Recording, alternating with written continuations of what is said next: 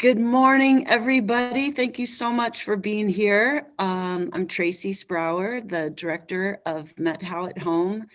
And I just want to acknowledge that we are in the beautiful homeland of the Met How people for this session today, where we're going to be speaking with Nancy Simmers, who's generously giving her time. She is, I'll let her do her full introduction of herself, but she is a force behind the Voluntary Stopping of Drinking Resources website. And with that, I'm going to go ahead and pass it on to you, Nancy. Oh, okay. Thank you so much. I'm really happy to be here. And what I love about Zoom is being able to see everybody's faces on a screen. So bear with me while we Zoom together.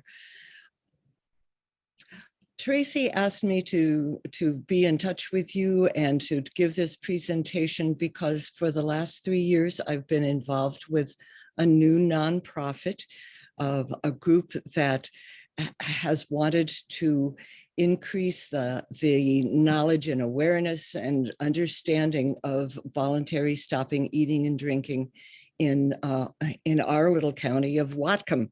And it turns out that not only did community people on this side of the mountains want to know more information about VSED, voluntary stopping eating and drinking, as an end-of-life choice, a way of hastening one's death, but that throughout the state and now throughout the country, people are exploring end-of-life choices and are wanting to have more information. As an introduction to VSED, I'm going to have Tracy play a little 6-minute video of a family that used VSED. I'll tell you a little bit more about these people afterwards, but they're very precious to me, and the video is on our website, and I'll give you all more information about that. But let's play the video. Okay, just let me know if for some reason it doesn't come up.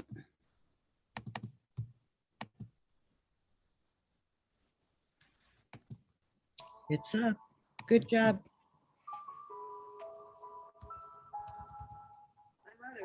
Alzheimer's disease. We cared for her at home as long as we could. When her care needs overwhelmed us, she moved to a nursing home. Our whole family watched as she lived another 3 years, losing more and more of her abilities. She died in 1985. Frank and I volunteered with the Alzheimer's Society and listened to the stories of each new family as they came for help when they discovered their loved one had Alzheimer's disease. Through their stories, we learned how important it was to be proactive, to plan ahead, to be able to manage as life changes. We moved from our big house that had lots of steps to the front door to an accessible condo with public transportation close by. We attended a community educational series called The Art of Death. We learned about the value of advanced directives, how critical it is for each of us to think about the importance about what's important to us. We talked to our primary care doctor about our health care choices. Frank began to have memory problems. He got lost driving across town, and the doctor diagnosed it that he had vascular dementia. We knew the path of dementia and the progress. It was unspoken but clear that Frank wanted to stay in control. We attended the first National VSED conference in Seattle in 2016. Our family gathered to celebrate Frank's 90th birthday, and he said, I never thought I'd make it until 90. Talk to the family, and then we talked to our attorney about the future and about the possibility of VSED. Frank talked to his friends in his early memory loss class. We got Phyllis Shafter's book, Choosing to Die. Frank's memory loss was becoming more apparent. We began the waiting game to judge the timing. In 2017, Frank had a sudden drop in his abilities. He couldn't remember how to lock the front door. He stood in front of a wash basin in the bathroom and he couldn't remember how to turn on the water, or how to brush his teeth. About 3 days later, he just sort of magically recovered, but his brief loss told us that we couldn't afford to wait much longer. He would not legally be able to make decisions. We alerted the family, and using the book, Choosing to Die, gathered professionals. We all met with our doctor, and he promised to be supportive. Frank made the following video for our attorneys so that she could confirm that he was still able to make decisions. Why would anyone choose to die? choose to, Die. well, to have control? So why would you want control? I want to stay in control of my life and death. Well, you've always said that you didn't want to go to a nursing home. Yeah, it's the nursing home that scares me. I mean, that I won't tolerate, because that means that I stay alive regardless of what happens, and I want to control my death, and I don't want to have someone else keep me alive, because it's their philosophy. And you said that for a long time. Yeah. This is my body, and it's not someone else's, and I expect my kids to comply with my desires. We will. Everyone will. Yeah. So We'll all help. yeah. We love you. That's the whole point. Is I'm charging, deciding what will happen to my death, and no one else. Okay. You just saw Frank's video. After his video, we alerted the caregivers. We completed the necessary legal papers to protect our professional caregivers. We followed the advice in the book, and from our experienced caregivers, we checked our supplies. We ordered a hospital bed. Family members came to say goodbye. Frank stopped eating and drinking. Family members took time off from their jobs and came to be with him. The doctor came to our home to visit Frank, to check on him. We visited, we sang, and we listened to Frank's stories. Frank never wavered. He made his decision, and he was determined to follow through.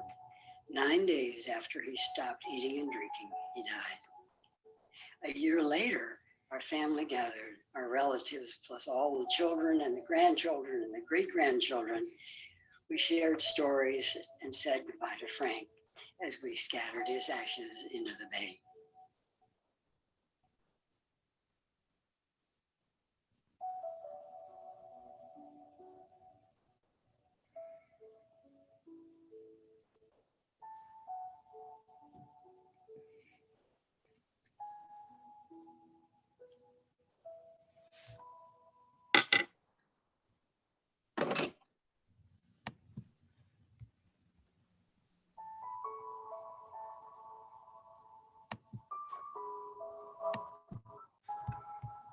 Mother had Alzheimer's.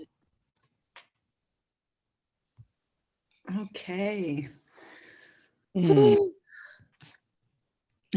I'm going to just pause for a moment. That was a lot to take in. I hope people could hear. It was recorded a little low, so hopefully everyone could hear that. This, what you just saw, is one of several videos and one of several stories that are on the VSED Resources Northwest website, and I'll give you some more information about how to find that. I am going to do my best here to share my screen. Tracy has been so very helpful here in helping. How am I doing here? It I'm looks almost great. You're almost there. there. Let's see. Then I share. Okay. You went over to the slideshow. Play from the start. Far left. There you are. Can you all see that screen? Yes, it looks great. All right. Bless you all. All right. So these are some of the things that I had planned to speak with you about today. And what I have in mind, since we have, Tracy, we've got about an hour? Yes. Oh, okay. Now, why don't I just clip along with this and then open it up to questions, because I would rather answer your specific questions than to give you a lot of information that you may already know.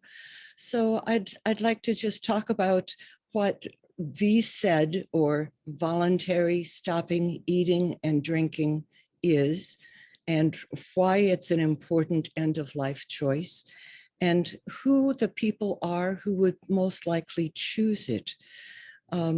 To talk a little bit about how one can learn more about it, what resources are available out there. I find that people are real interested in knowing, well, how do I bring this up to my provider? And then how do I talk to my family about it? Lots of questions about how does it feel to be involved in a VSED process?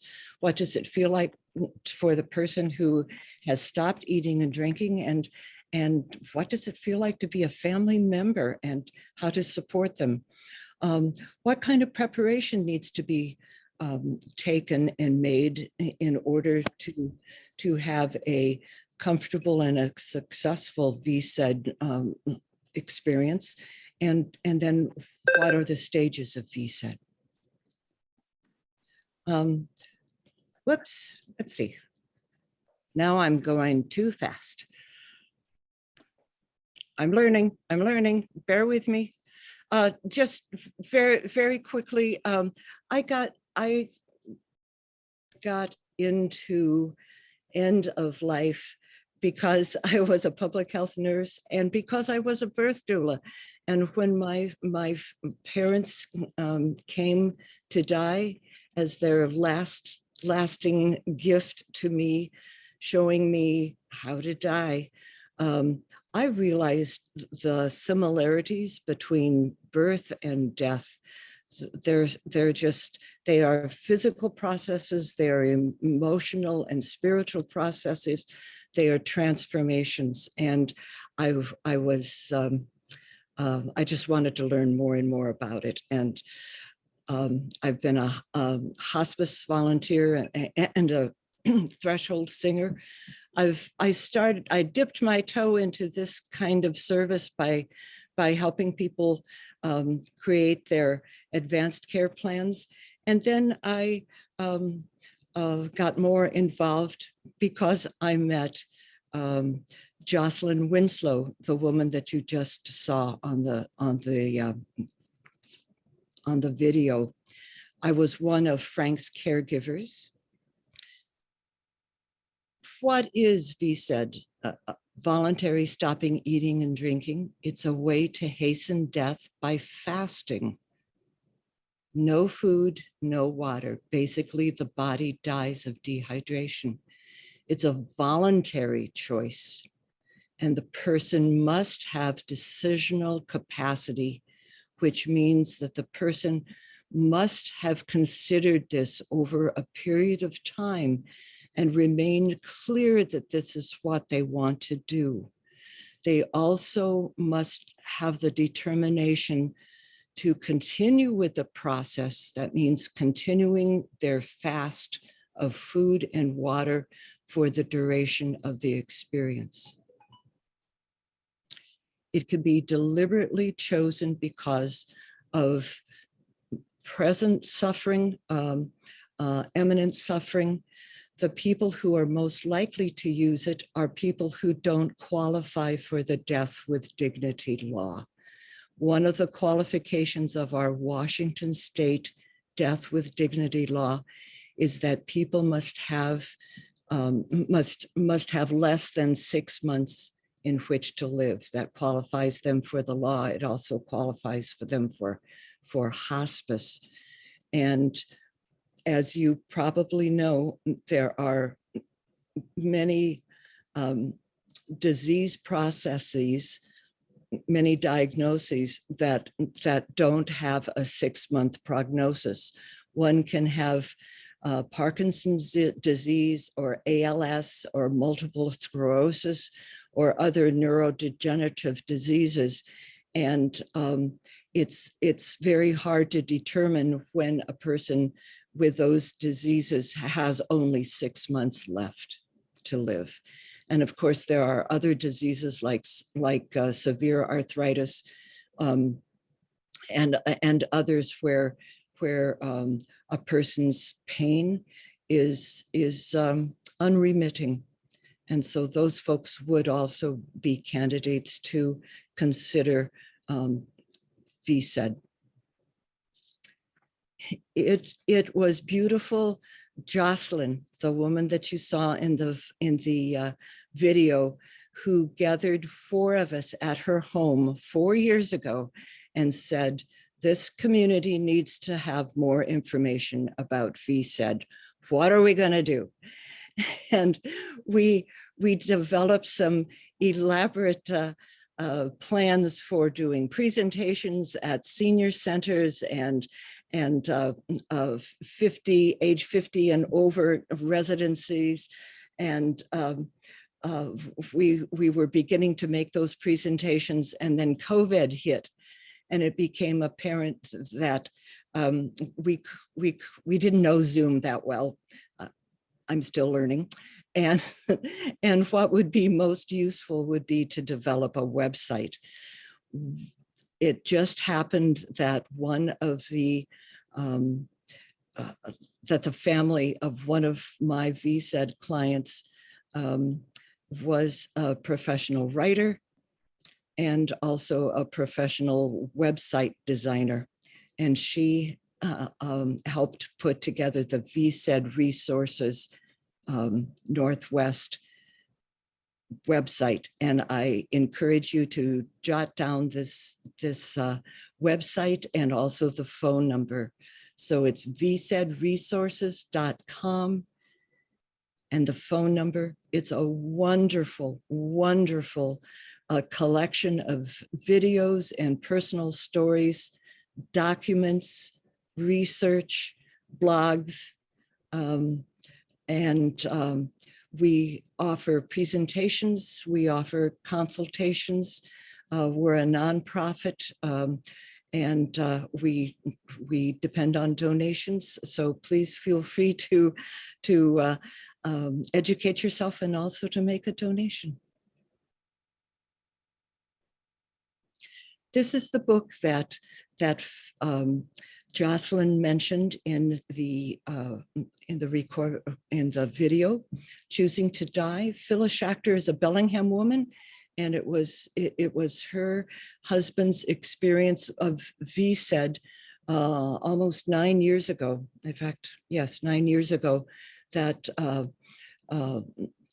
motivated her to do presentations around town, talking about this end of life choice, and then to write the book. This is a handbook that one of our members has just published.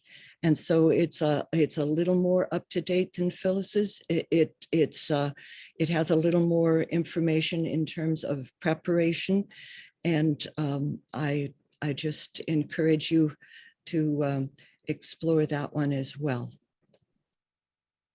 Whoops, I'm going to go back to this because I totally want to acknowledge End of Life Washington is another wonderful resource, not only for the Death with Dignity law, which is sometimes called medical aid in dying. And End of Life Washington is also an agency that has wonderful information about VSED. We collaborate. There's no competition there. We just collaborate in sharing the information and getting word out about this valuable end of life possibility.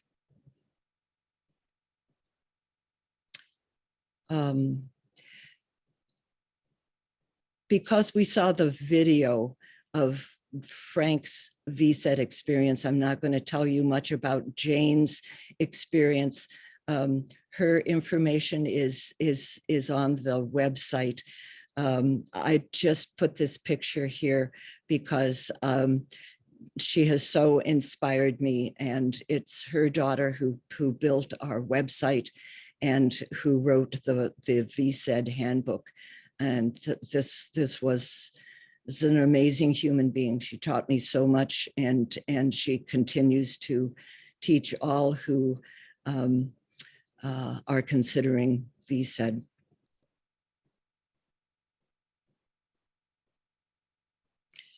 There are several components of a best case scenario. One really has to be totally determined to use this end of life choice. And it's so important to be supported by family and friends. As you all know from just our life experiences, that we don't do things on our own, really. We need that circle of support around us. And this is so true of considering VSED.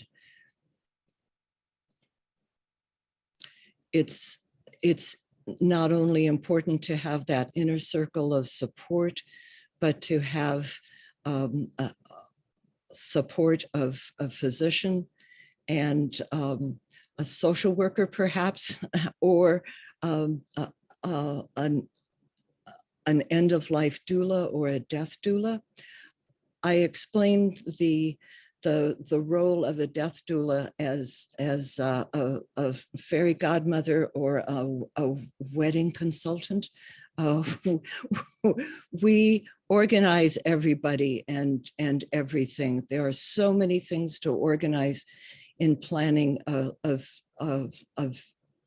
VSED journey, and it just helps to have that case manager, that wedding organizer person, to be in touch with everyone, know everyone's roles, and sort of be the shepherd, the coordinator of the experience. So that's all part of developing an individualized plan.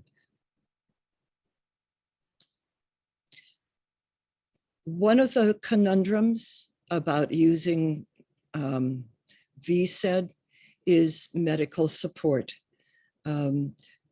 Many physicians are just unaware of voluntary stopping eating and drinking. They know that the late stage of any person's dying often includes stopping eating and drinking, because as our body shuts down as we die, the body has no desire to have more food to digest and to metabolize. So people, as they are dying, characteristically stop eating and drinking, but physicians aren't that familiar with people who voluntarily begin their dying process by fasting on food and water. And unfortunately, there are not clinical guidelines. That's changing. There is a statewide working group right now that is developing those guidelines and are going to be making them available.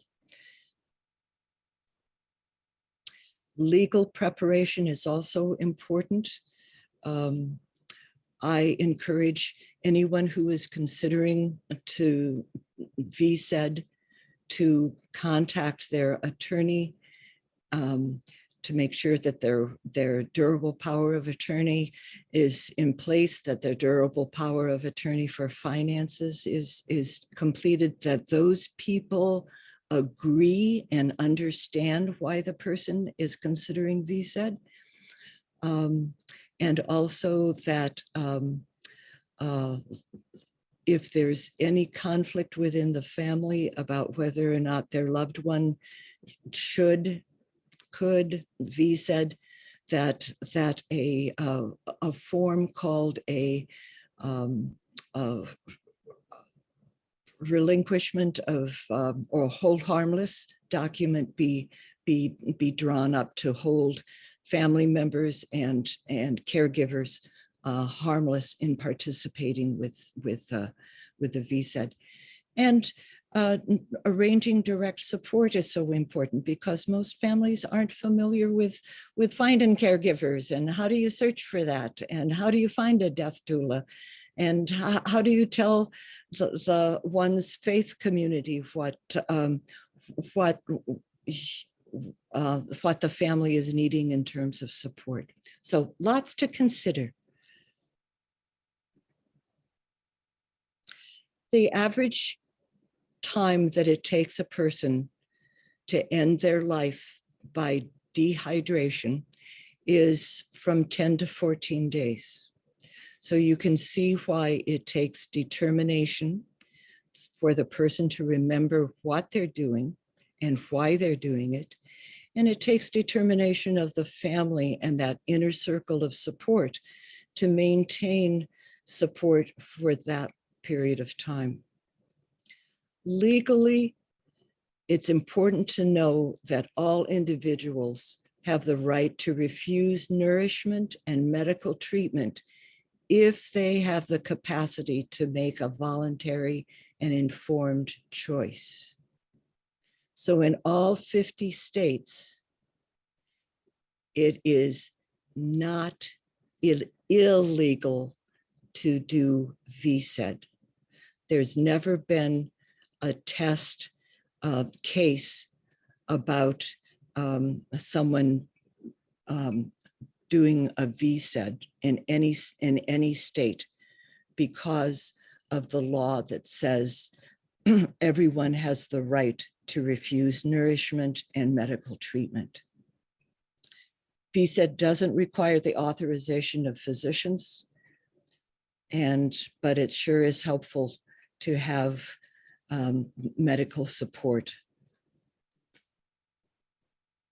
These are the questions that folks want to know. What does it feel like? What medication will I be given? How long does it take?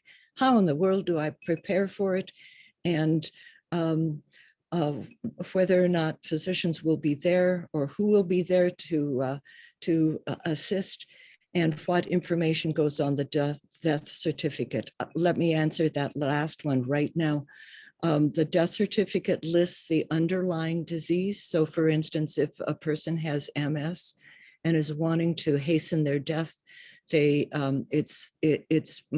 MS would go on the death certificate. Let's see, what have I done here? This is just more information about creating an individualized plan, a very personal plan.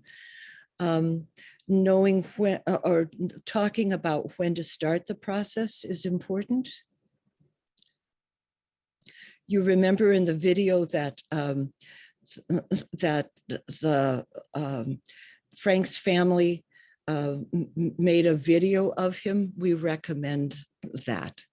These are the medications that are most likely given during a VSED experience. Hospice is often on board and willing to take the person, especially after they have started their process. These are the discomforts of doing VSED, the bigger one being the dry mouth and throat. And all of these discomforts can be diminished, if not eliminated, with medication and holistic care, like massage and acupuncture. I can answer more specific questions about these. Whoops, I'm going to go back. Whoops, sorry. Well,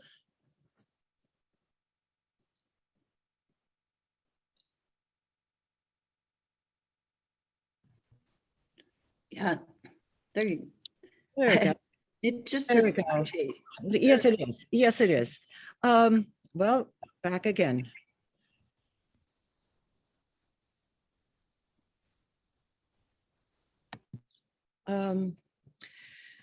Let's see. I so like talking about VSED that I tend to just want to tell you everything, and I don't. I'm going the wrong way again. I'm so sorry, folks. Bear with me. Medications, discomforts. I think you're right there. You know, it just Take goes your cursor off the arrow when you're at the place you want to be. truly great. Okay, this is a nice explanation of preparation for VSED. If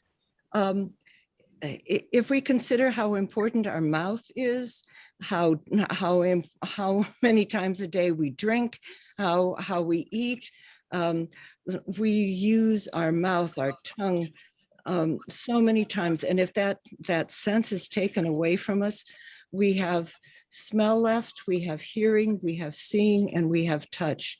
So one of the big deals about VSED is to determine and think about all the ways that we could distract our loved one by using the 4 remaining senses. It's doing it again. I just barely touch it and it's gone. So equipment, supplies, here, this is what I wanted to talk about. A beginning process. I associate a lot with the beginning of labor in a pregnant woman. Every preparations are all done. Person is really excited about it. The family is there. It's a time of celebration and goodbyes, of just settling in with the process. But by day 4 or 5, it's beginning to wear on everybody. And the middle phase of VSED can be quite difficult. As excuse me, as a body becomes more dehydrated, there isn't, there's not much production of urine, and many of the toxins that build up in the circulatory system keep circulating within the body, so confusion can happen. Person tires very easily, they can become agitated. Anytime somebody's in bed more than a couple of days, you remember your bodies can get really sore. So very careful caregiving is so important. And then the end stage of VSED is very similar to the end stage of any dying process. Of body is in a coma, the body systems are breaking down. I'm looking at a few of your faces, and this is really touching you all. And please, I'm just sending love and good energy here, and just keep breathing. Thank you for staying with me.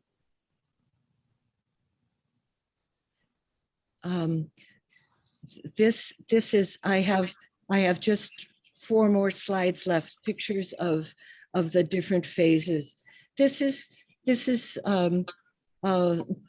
Jane, whose picture with her husband was a little early on.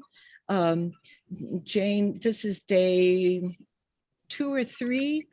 She's in her 90s. She's moved from her bed to the couch. She's watching movies with her family and dog. They're interacting, but she's tired. Here she is in bed, napping a lot, getting lotion put on her body because her body is drying. Just giving her lots of love, and you can see that we created a nest for her. This space was her office space, and we moved in the hospital bed and moved out the desk and brought in pictures and put her by the window so she could look out, so she could be distracted and feel the love. Here's the mid phase. You can see that she's really tired. Her husband, Dick, is playing the video for her of her reminding her why she chose to do this. And the picture on the right, you can see the confusion in her face. Friends have sent flowers, and she's thinking about who this friend is, struggling to remember, and also feeling the feels.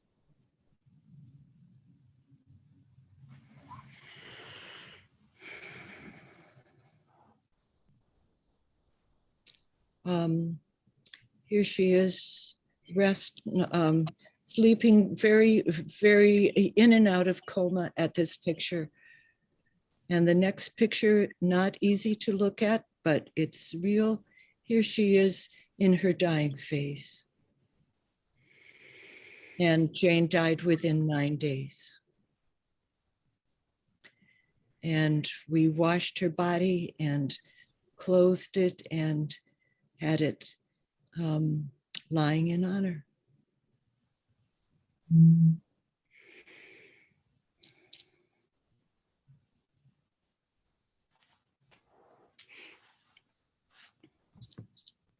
Let's see, I'm going to stop sharing at this point.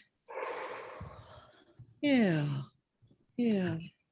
Everybody take a deep breath. That was a lot. Oh. I hope that was helpful. I hope that was more helpful than very real, very, really creating that bridge of understanding for what this option is and looks like. And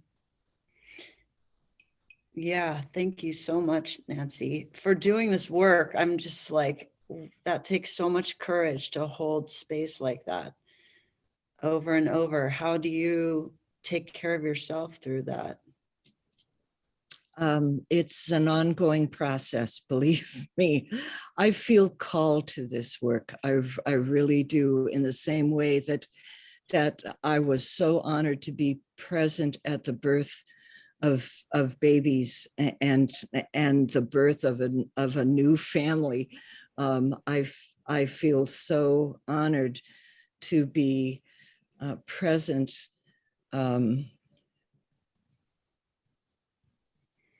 when someone has decided that it's time to die, and to midwife them through that process. It's so intimate, and it's so full of love. It really is.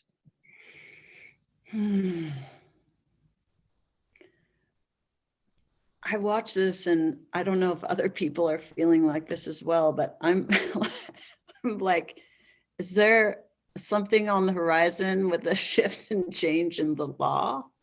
Like, do we have to go through this? Where it could be expanded? I don't. Yeah. Are has your group had a presentation about the Death with Dignity law? We have, maybe Betsy could,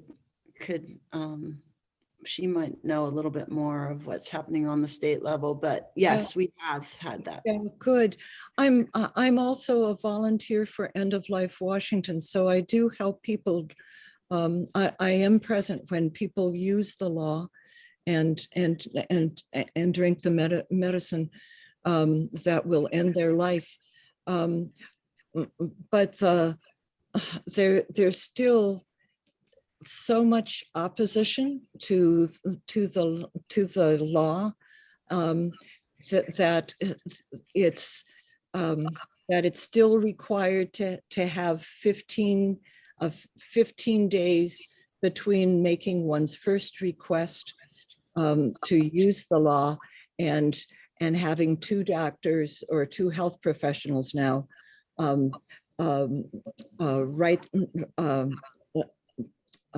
ascertain that the person has a diagnosis of 6 months or less, and also that the person has the capacity to make that decision and to swallow the medication. And a lot of people die on their own during those 15 days. That 15-day period is a real hardship for a lot of people. So yes, the law needs to be changed in a whole lot of ways, including the diagnosis part, because right now anyone with any kind of dementia is not eligible for our Washington State Death with Dignity law. Right. Any other questions out there? You can feel free to put Nancy, it. I wonder if you could talk a little bit about some of the gifts that come from just the being present for that process, for that time. I mean, I think what we focus on as we watch the images is how tough it is. The grief and how sad it is. But I think what is harder to get from those images is just all those moments that occur and all just being with that process, what that is as a gift to people. Absolutely. Well said, Betsy. And please share with your experiences as well.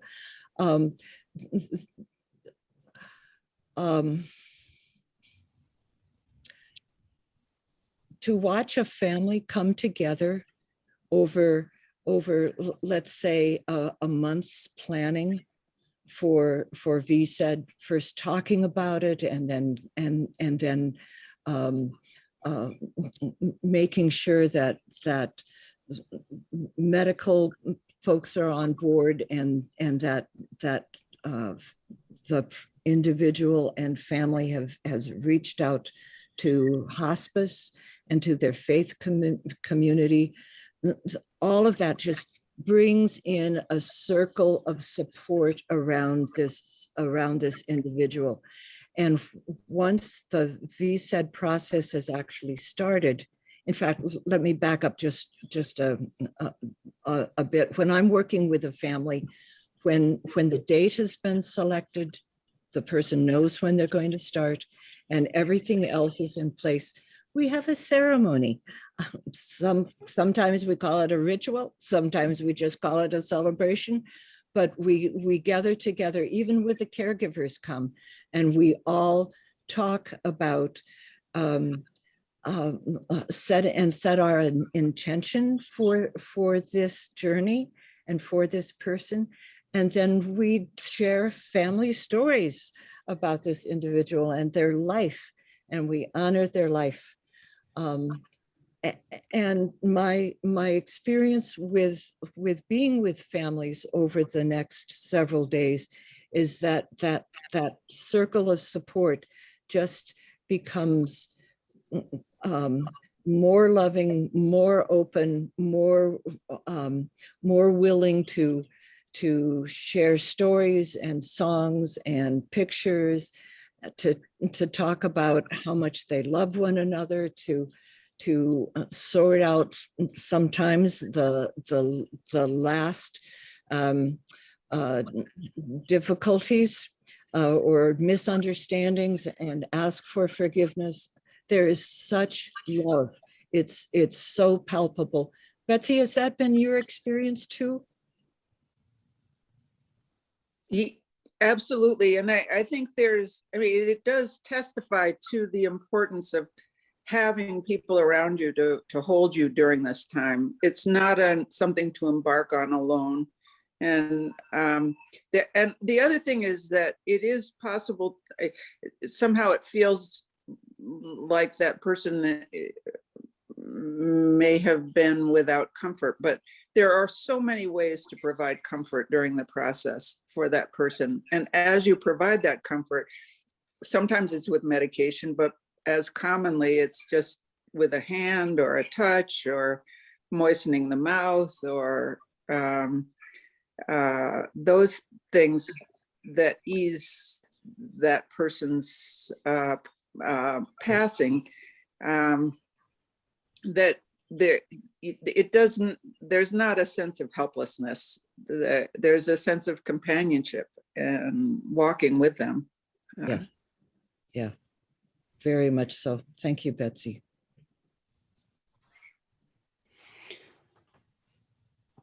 Yeah, definitely.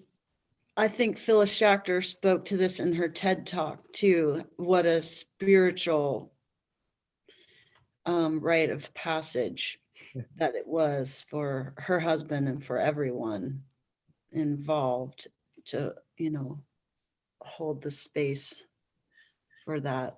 Yeah, I find myself talking with families over and over again about the similarities between birth and death. They're both physical processes, and there have been human bodies for millions of years, right? Our bodies know how to do things. We know how to give birth. We know how to die, because our human body has been doing it for so long. And so it's a physical process that we know how to do if we can relax into it.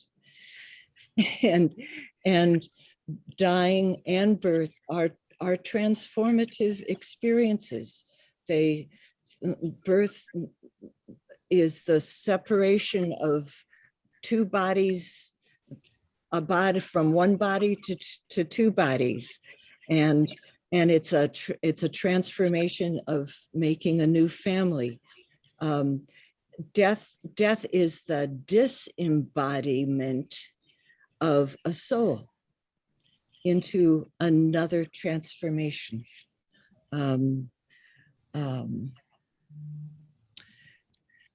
And we, because we're human beings, we are social creatures. We birth as a family, we die as a family with companionship.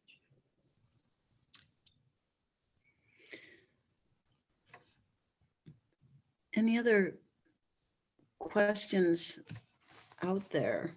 I have a question, Nancy. You mentioned that you recommended that we all make a similar video indicating our intentions and the fact that we still have it together mentally at the same time. What would be the timing of that video? Should we do it now or closer to the time that we may choose to start the process? Oh, okay. Good question. Let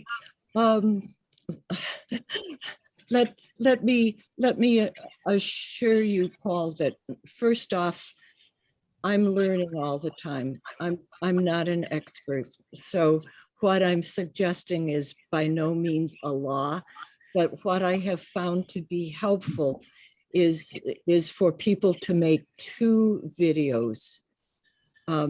a longer one that becomes part of the advanced care plan, that explains in detail why you're considering this option.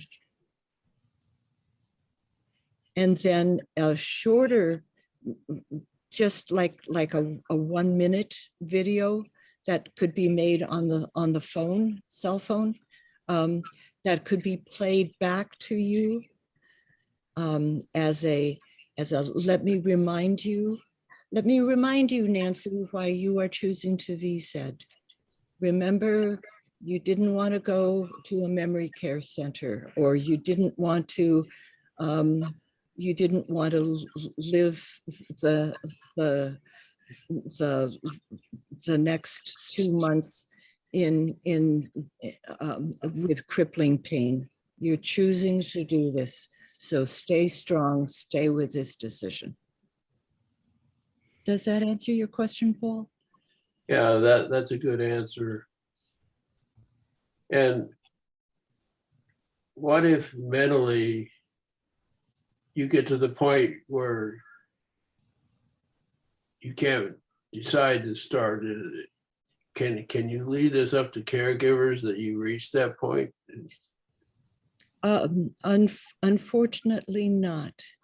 And this is another big dilemma. You know, one of the big dilemmas was whether or not we can get, whether people who are wanting to VSED can find medical support, physicians or other clinicians who are willing to help them. The other dilemma is choosing a date. One must have the capacity and the determination to stay with the process. So that might mean sacrificing days of fairly comfortable quality of life in order to be mentally capable of sticking with the program. Right, so then you don't wait until you've totally lost it, because then you probably wouldn't come to that. Right, because then you lose the window of opportunity. And let me hasten to say that there are people who start the VSED process and stop. It's the point of no return is not until almost coma. I mean, this is reversible, but it takes great determination to stick with it. And a lot of, determination and a lot of distractions, which translates to a lot of support. People who are going to be near you saying, yeah, I know you're thirsty, but let's turn up the vaporizer here so you're breathing in lots of nice cool air, and let's do your mouth care. Let's rinse out your mouth, and just let's change your position. Let's look through these family pictures. I guess too, one thing that many of us will be concerned about is that the process will drag on too long. And does the material contain any advice on how to shorten that time from the time you start to the time you die or reach a coma? The only way to shorten the time is to be absolutely meticulous about not ingesting water. Does wiping your mouth out with a swab or rinse, does that prolong life? No. Okay. As long as the water is not drunk. Okay. Am I on now? Yes, Herbert. yeah. Hi, Nancy, thank you for your work. I have a question about, you mentioned medication. What Yes, medication were you talking about, and can it be prescribed by your doctor? good question, Herbert. Yes, medication is an important part of this. And the medication comes from two different places. One is that it helps to have hospice involved. However, many hospices, and Betsy, please weigh in here. My experience is that many hospices are not that familiar with VSED, or are because they take federal monies and require a person to be within 6 months of dying. They can't admit the person into services until the person has actually started to VSED. If a person has started to VSED and is therefore showing that they are intent on following through with this, well, then they certainly are going to die within 6 months, and they are eligible for care, and therefore are eligible for services, and that include medication. But it is also important to be in communication and have the support of a physician before the start of VSED, because during those initial 2, maybe even 3 days before one can get onto hospice, the person may need to have some medication for pain and discomfort. Betsy, do you have anything to add, please? Only that our local hospice has supported people through the VSED process. As Nancy says, you have to have initiated it and sort of be intent on that course. They're not magic medicines. They're not anything rare or unusual. They're the typical medicines that relax, and like Herbert is a physician, so he's like lorazepam or morphine for comfort and relaxation, and to relieve any anxiety. I think that as Nancy has pointed out, so she has a lot more experience than I have in this, but I think the message that there are things that we can do while the person is going through the process to provide comfort is really important for you all to know. And also, Paul, I think there is always an endpoint.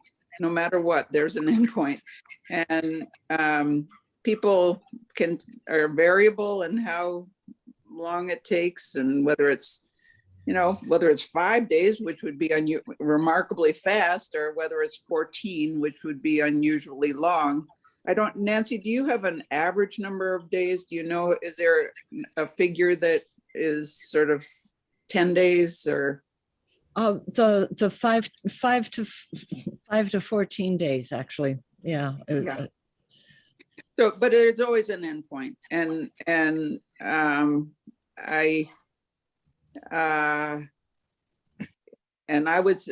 my experience is always, it's when it sort of happens when you may least expect it. It's just a moment when the body is ready to let go and the spirit is ready to rise. Yeah. Thank you. Thank you, Betsy. Any other questions or thoughts? This is Susan Crampton with thoughts. Because of the pictures, can you hear me? I mean, kind of a yes. Yes. seeing the pictures of people and that are with us here on the Zoom, and people worrisome and sad, and I guess a thought comes to me about of like connection to wider circle of life, and for my conservation interests, and for lots of us in the Medhow Valley. I'm actually down in Oregon now for family reasons and have been, but the connection to the bigger circle of life in the Medhow Valley, the animals, the rivers, the mountains, just that idea of it. And for me, that kind of connection sort of eases and lifts up the pressure and strain of, my God, I'm going to die, or this person is going to die. I don't know. For me, it much widens it. And as I see the picture and faces of some of you now as I'm talking, it seems like maybe that's so, or that is so for some of you too. And part of me is that that's a place for like focus. I mean, and I know from contact with friends and neighbors and things over the years that, I mean, that's part of what spiritual connection is. And, you know, whether it's Christianity, whether it's Buddhism, whether it's a Muslim, all of those kind of things. It's the idea that we are connected, you know, that all life is part of the cycle and so forth. So, you know, blessings upon all of you. Yeah. Oh, Susan, thank you so much. Thank you so much.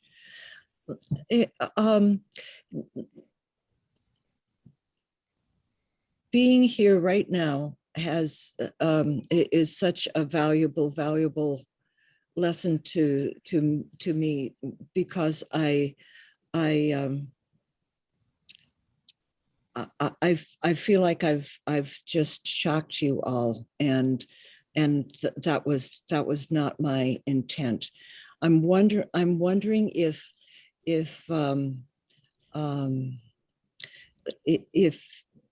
this group could meet again at another meeting time and share experiences that you've had with dying, share stories of loved ones who have died, and because becoming more comfortable talking about death and thinking about death, and as Susan said, with that whole circle of life, just eases us as we talk about our own mortality and the death of family members and loved ones, and then face our own death. I just invite you to come together and do some sharing if that would be comfortable with you, and I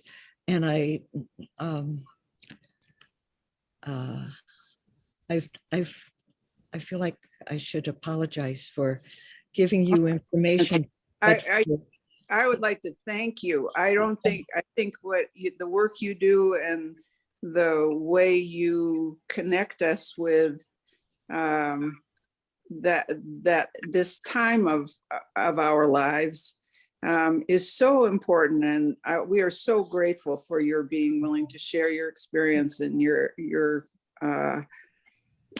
deep commitment to being the shepherd for so many. And thanks. It's true that the tears are close, but you know that there's nothing wrong with that.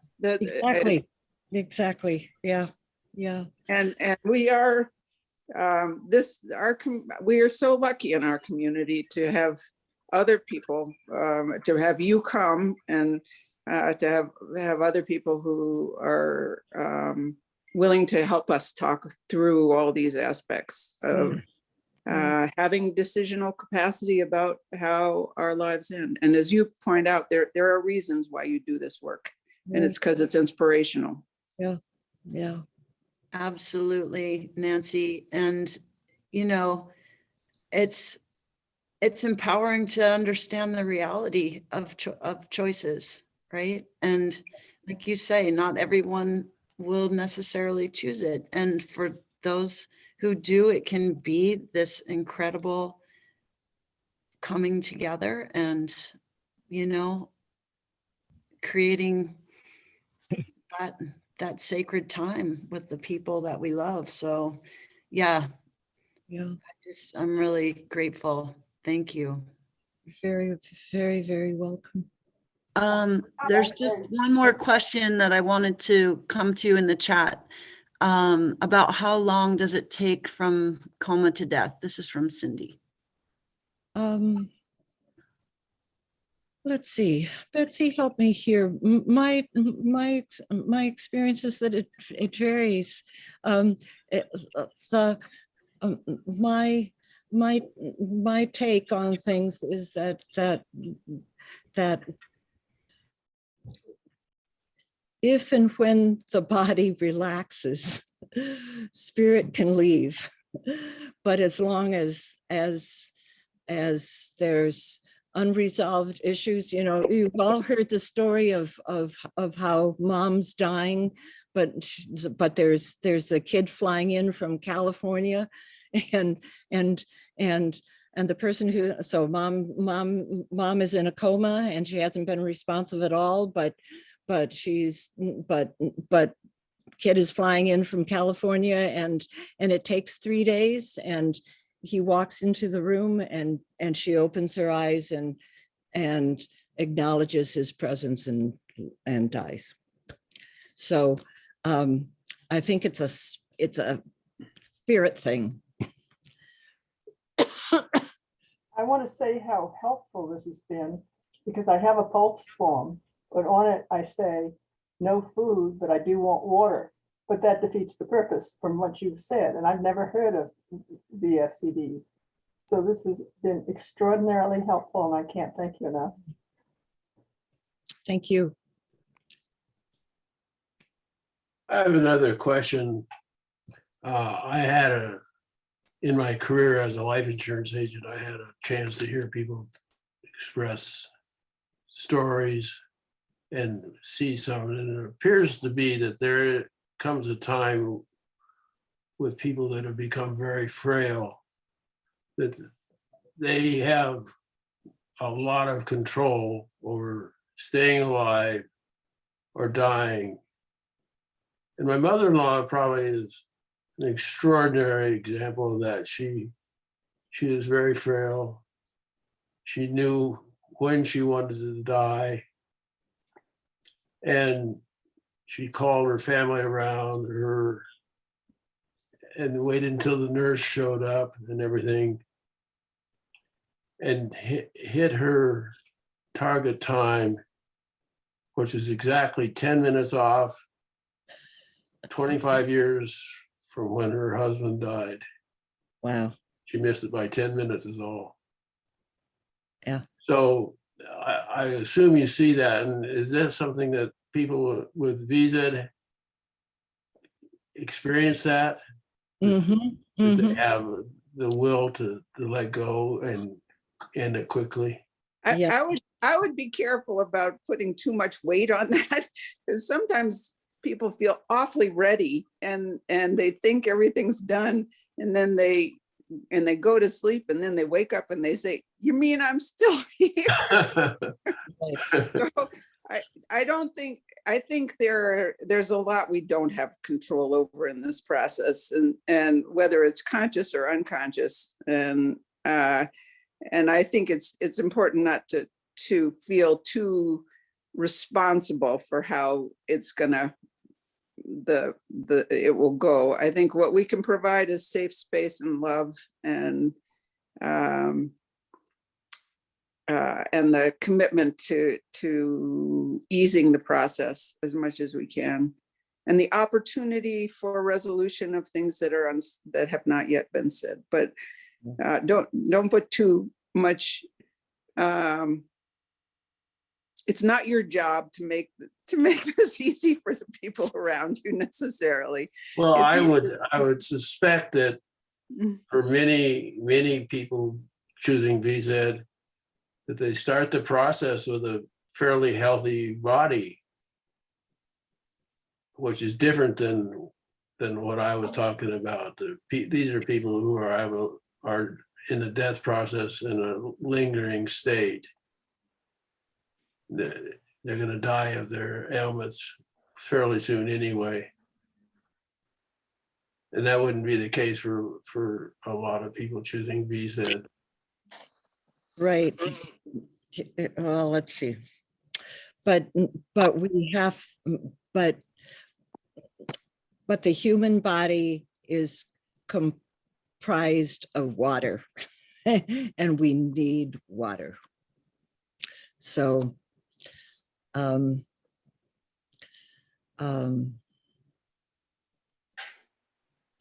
haven't, bear with me a moment. I want to practice articulating a thought that I have, and that is that VSED is not new. Calling it VSED is new. People die of dehydration all the time and all over the world because they don't have sources of water, or they don't have sources of clean water. So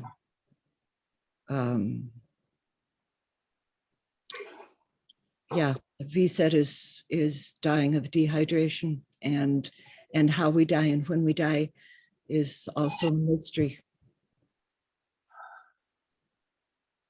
On that note, Yes.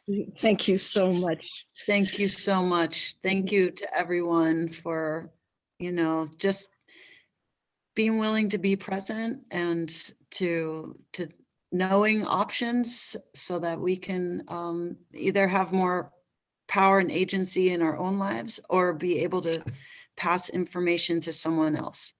And knowing information gives us choices. So thank you so much, Nancy, for all your work. Yes, thank you so much. Thank You're very you. welcome.